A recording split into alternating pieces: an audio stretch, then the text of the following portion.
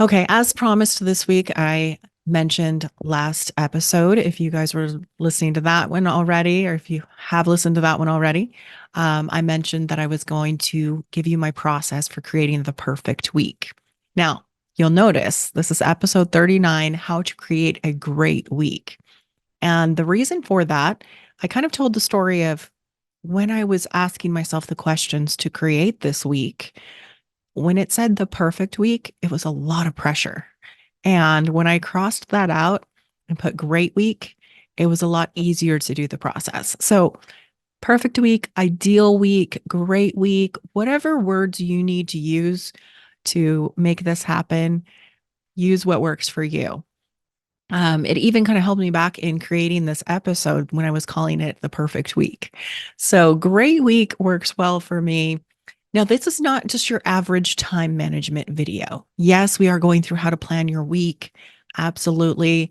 But this is adding in a lot of key components that you might be missing now. If you don't plan your week right now, this is a great start. Okay. You are going to have first things first, most important things, the things that match your values in your time management system. If you have tried to manage your time in such a way of, weekly planning or monthly planning or daily planning, and you have failed, welcome to the party. We have all tried and failed and tried and failed until we finally got it right. Okay. It took me a good 2 years of consistently planning my time to finally follow the system the way I wanted to follow the system. And now this is an iteration of that because that system that I had really wasn't balanced enough for me. I had mentioned in the last episode that I had turned up the business intensity too much and turned down the family and connection and taking care of myself. Turn that intensity way down. So I'm going to ask you several really important questions. I'm going to take you through the steps here and ask you these important questions that I want you to really take your time and think about. This is something that you can take it, print the workbook. It has all the questions in it, and look at the questions after listening to this episode, and then really just walk away and take some time to think about them. This isn't something I want you to just sit down and knock out. I want you to make sure that you are really thinking these questions through. So the workbook, you're going to be able to get it at www.learntothrivewithadhd.com/free dash downloads. Now, don't worry about the other stuff that's in there. All my free resources are in there. Just worry about I think it's called How to Create a Great Week workbook or something like that. Just worry about that for now. And that's where all these questions are going to be. So let's start with step one. Ask the important questions. So, first thing you're going to ask yourself is, what are you missing in your life or not finding enough time for? Okay. What are you missing in your life or not finding enough time for? What matters to you most? Whenever I'm working with clients and I get them down to these are the things that matter to you most, it is so much easier for them to prioritize. A lot of times when people come to me and they're like, I can't prioritize, it's because they don't know what matters. So everything seems important. And this changes as time goes on. This may be something you want to ask yourself again after 90 days, after, 6 months. You might want to reevaluate this once a year, but ask yourself those questions. What are you missing in your life or not finding enough time for? And what matters to you most? For me, this was time with family, time for exercise, time to do organization projects around my home, time for learning, protected time for creation in my business, time for hobbies and fun. Like these things just were not, they were in my week, but they were getting kind of pushed around. And I'll talk about that a little bit later. Also, I said time for learning already. I got that one.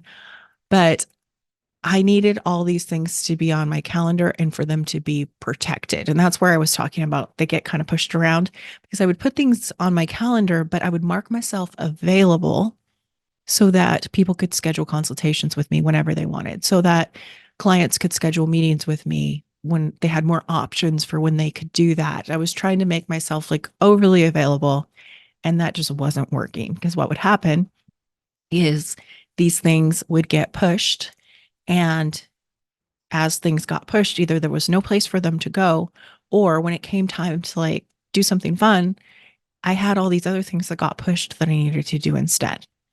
Okay, so that's step one, ask the important questions. And we're going to continue to ask questions, but I wanted to make this like memorable and simplified for you. But step two is non negotiable responsibilities. So, what are your non negotiable responsibilities? These would be things like appointments for yourself or your family.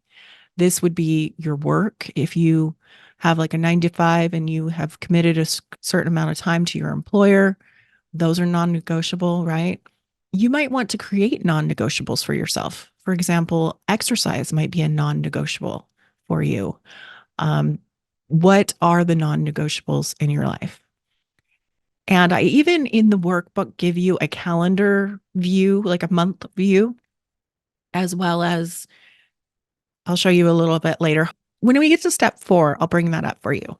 But right now, you know, asking the important questions, what are your non negotiables? And in the notes section in the workbook, I want you to start writing what these things are. Okay. Because you're going to plug these things in this order. And then what are the weekly activities? So this would be what are the weekly tasks that you have? For me, these were things like family dinner, maybe extra cooking, or you might call it meal prep, cleaning, laundry, basically the things that you would like to do daily, but nothing of serious consequence is going to happen if you don't do them daily. So you see how this is kind of separate from the non-negotiable things. If you miss an appointment, there could be a fee. Now you've got to reschedule the appointment. I've even had clients get dropped from doctors because they missed too many appointments. There could be serious consequences for things like this. Another non-negotiable that just came to mind would be like paying bills. If you don't pay your bills, there are fees, there are consequences, right? Your weekly tasks are the things that nothing's going to catch fire if you don't do them, right? Yes, our goal is to have family dinner every day. Do we have it every day? We usually kind of skip it on weekends and then we'll miss once or twice during the week sometimes, but it's something we like to do. Step four is plug it all in. Okay, let me share my screen here. You can see part of the workbook, and this is the month view that I showed that I mentioned, I should say. And I made everything. I should correct that. My assistant made everything. She did a great job with this. Um, per my instruction, where you can fill it in. You can fill in the month. You can fill in the days. None of that stress or guilt about having missed April or having to start midway. You can start anywhere you want. The reason I gave you the month view is because if you have appointments or something like that, you are going to need to take that into consideration for your week view. And also, you might need to take into consideration holidays and birthdays and things like that. Okay, so here is your week view. Hopefully, you can see that. If not, I will have it put up on the screen. But I didn't think about this for the podcast. So let me verbally explain this while hopefully you're visually seeing it on YouTube. But on one side is the notes section, and that's where you're going to start writing all these things as you're answering these questions. What are your non-negotiables? What are your weekly tasks? What matters to you? You have a whole different section that you can write that in.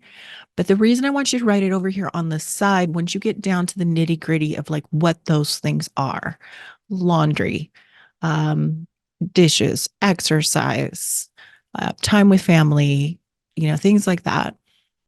Then I want you to start plugging it into your week view. And what this is set up as is for you to have a full view, if you have the two pieces of paper side by side, of Sunday through Saturday. Now, you can get very specific by putting the month and the dates here if you want. But what we're really doing here is creating like an ideal week. What are your weeks going to look like most of the time? We really are creatures of habit. Most of us are not going to have a different week, week to week. But you might have weeks that are special and are busier than others, or you have something in particular planned. This is just going to be your regular, I don't want to say boring, but that's the wrong word to use. This is just going to be like a regular week. If you had a week where you had no interruptions, nothing came up, what would you want that to look like? Okay. So, what you're going to do is, as I said, you're going to write on the side in the notes all of the things that specifically need to go into your week. And then you're going to start plugging in these things in your week. And I found doing this on paper so helpful. Now, I use a digital calendar personally. I also have a planner sitting next to me where I have my month view. I think the month view on Google is terrible. I really don't like it. Maybe I'm using it wrong. I don't know. Everything just looks really squished together, especially since I'm referring to it a lot on my phone. One trick for that, and I don't know about Apple products, maybe you guys already have this, but I put a little widget on the home screen of my phone so that I can easily look at my calendar. When I get done with one thing, I can just look at my calendar and go to the next thing. But doing this on paper was helpful. I think it was helpful to slow down, to take time to think.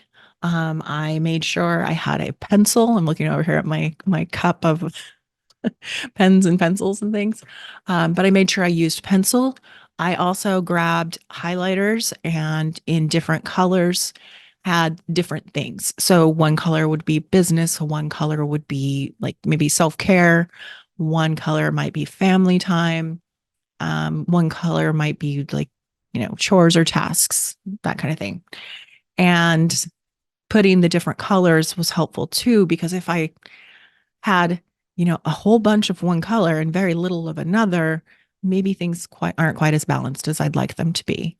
And it was very easy for me to see where is the white space in my week. Now, as you are plugging these things in, actually, that's step 5. I'm getting ahead of myself. All right. So you're plugging these things in with pencil.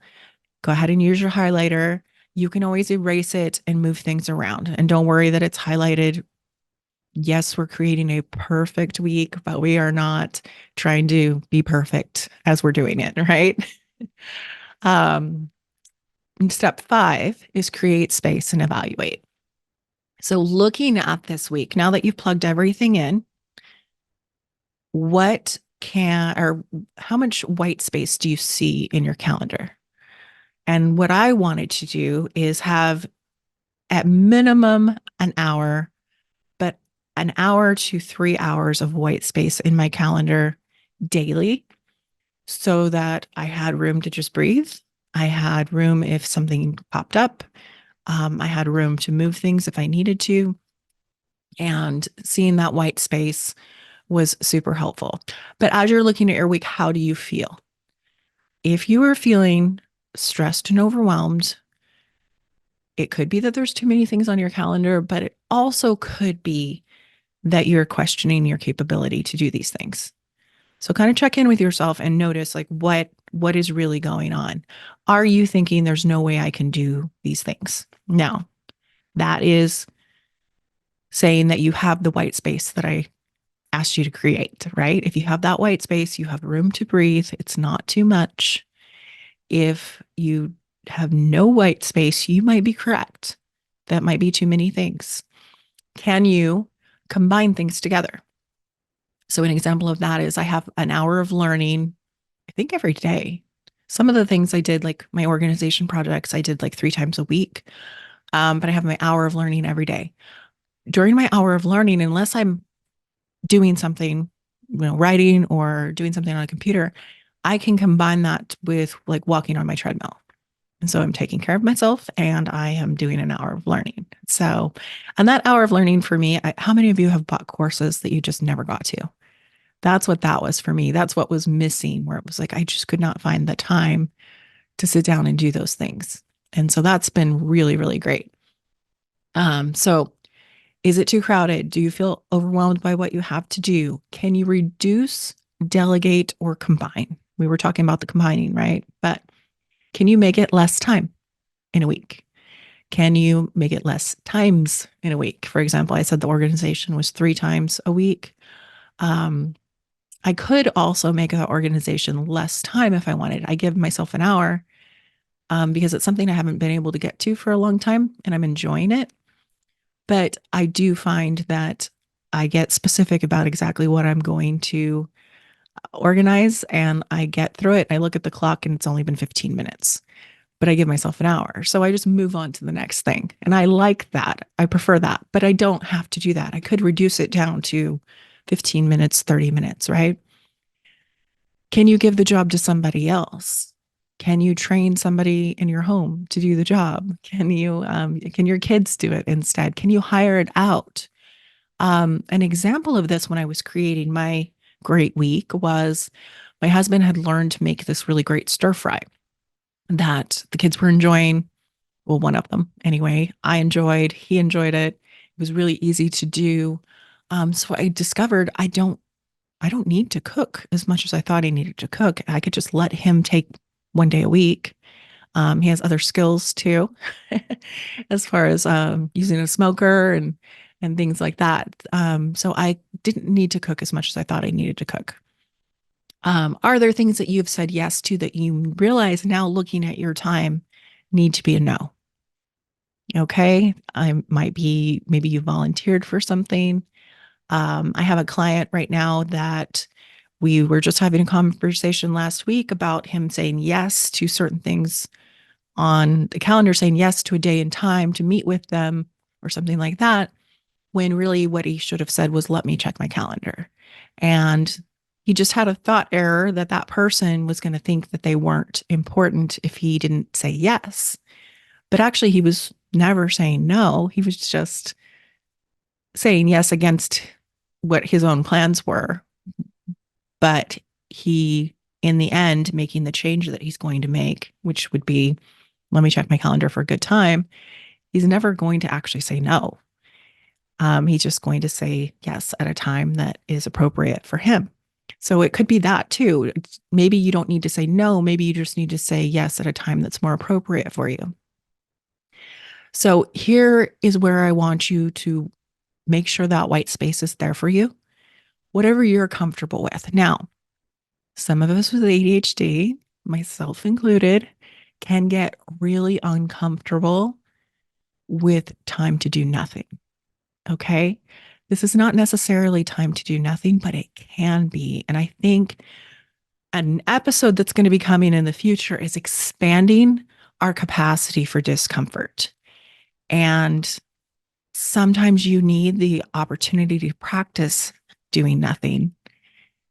And so creating that space can do that for you some days. Some days creating that space is going to save you from not getting to things that you wanted to get to because something came up.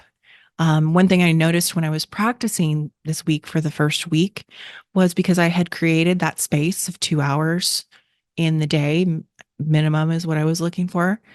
When my husband would ask me to like help, take the car down to the dealership or something like that, it was a yeah, no problem. Whereas before it would have been, well, I really don't have time to do that. Sorry. But creating that space makes time for things that pop up, makes time for things that take longer than expected. And you may find that things take less time than expected, and that could help you create space as well. Are there things that if you did them more regularly would take less time? So an example of this would be I had a tendency to just not do the dishes on the weekend. I know some people would think that's totally gross, but we were just relaxing. I just let them wait until Monday. And when I would do that, I noticed that my Mondays wouldn't go as expected. So my morning routine of like taking 30 minutes to clean up, that would include like doing the dishes, picking up the house, and putting in some laundry. But that 30 minutes was not enough time because now I had extra dishes. I noticed this before we always come up with these ADHD coping skills even without seeking seeking help, right? But this was years before I knew anything about coaching. But what I would do is procrastinate on doing the laundry and then do the laundry all in one go, which was miserable, which is why I procrastinated on doing it. But I would just do the laundry basically all day in my pajamas. And I would take the laundry after it had dried and like dump it on the couch. And then I would have this mountain of laundry and it would take hours to go through and fold it. And now it's wrinkled and maybe it has to be like steamed or, something like that, ironed, whatever. So it would take so much more time. Well, then I discovered that if I just put in a load every day, a couple loads every day, it actually took me a couple minutes to put it in, a couple minutes to switch it, maybe 2 minutes. I'm not even sure. But I timed how long it took me to fold that load, and it took me 6 minutes. So we're talking 10 minutes if I do it on a daily basis, or hours of misery if I waited a week or 2 weeks to do it. So, are there things like that in your schedule where, okay, if you just did it on a regular basis, it would be quicker and it would be easier? And if you're not timing things, that's how I discovered the thing about the laundry. I started timing it. Any of my clients that are working with time awareness issues, we are always timing things.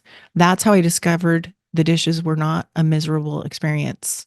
Was I timed it and I went, oh, it takes like 10 minutes to load the dishwasher, maybe, sometimes less. It's not really that terrible. So timing things can be really helpful.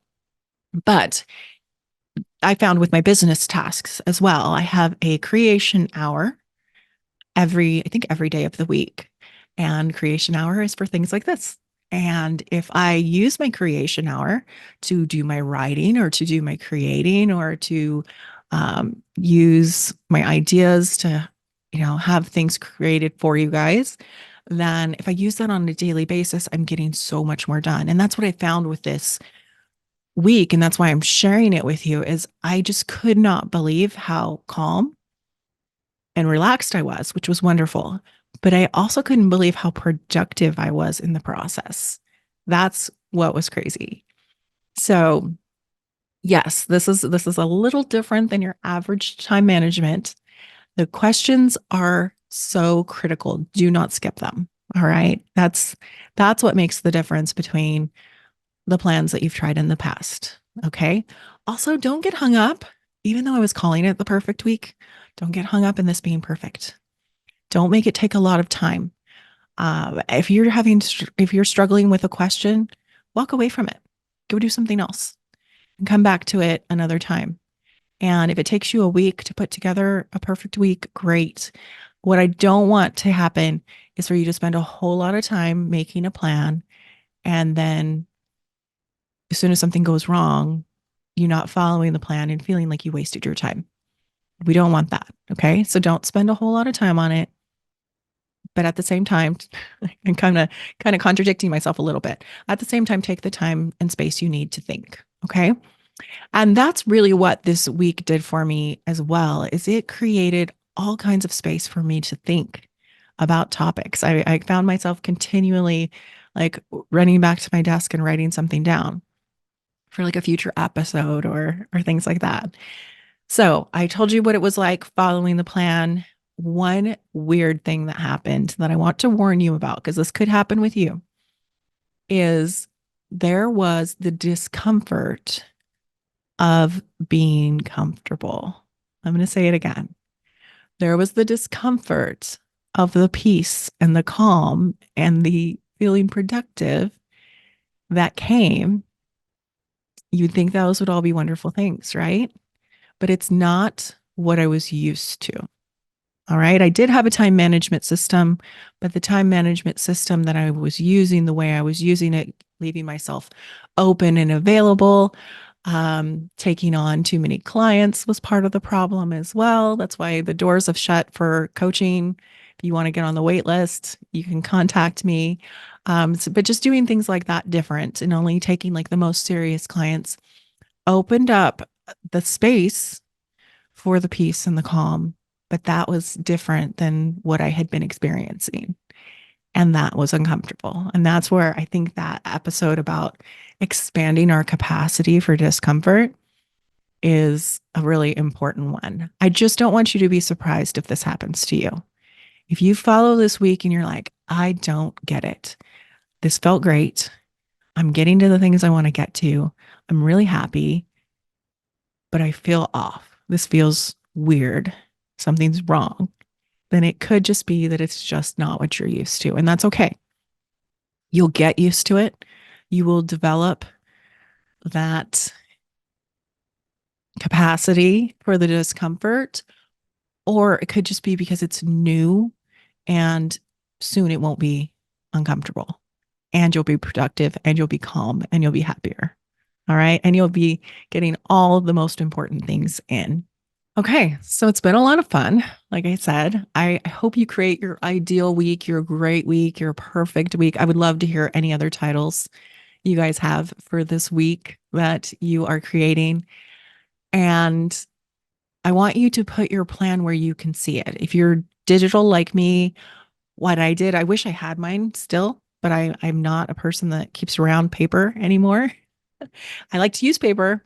I recommend you use paper when you do this, but when I went through this process, I got it all plugged in on the paper, and then I got it all put into my calendar, and then I ripped it up and threw it away. So I don't have that anymore. But I do wish I had that to refer to for you guys. So I could show you the process of what I went through. But like I said, I did have this recreated for you. And you can get the workbook at www.learntothrivewithadhd.com/free dash downloads. And it's going to be called How to Create a Great Week Workbook, I believe is the title. But yeah, go grab that, answer your questions, take your perfect week. And then what I want to say, when I was learning to manage my time, and this has really been kind of a progression over time, right? I learned to manage my time and learned to follow the calendar. And then I discovered, ooh, this isn't set up ideally for me now. And I might find that again next year, right? But what I want to remind you is you might follow this for a week and then you might not follow it. And that's okay. That's just part of the process. What you want to be is more concerned about being persistent than consistent. Consistency will come if you continue to be persistent. One of my clients reminded me of this today. It's from Jerry Seinfeld, and he used it when he was trying to develop a habit of going to the gym. And his rule was don't miss twice. And then, so Jerry Seinfeld has that rule for like writing jokes, I think is what it was. He had a rule for himself, a calendar where he actually marked out the days that he did his joke writing. And his rule for himself was don't miss twice.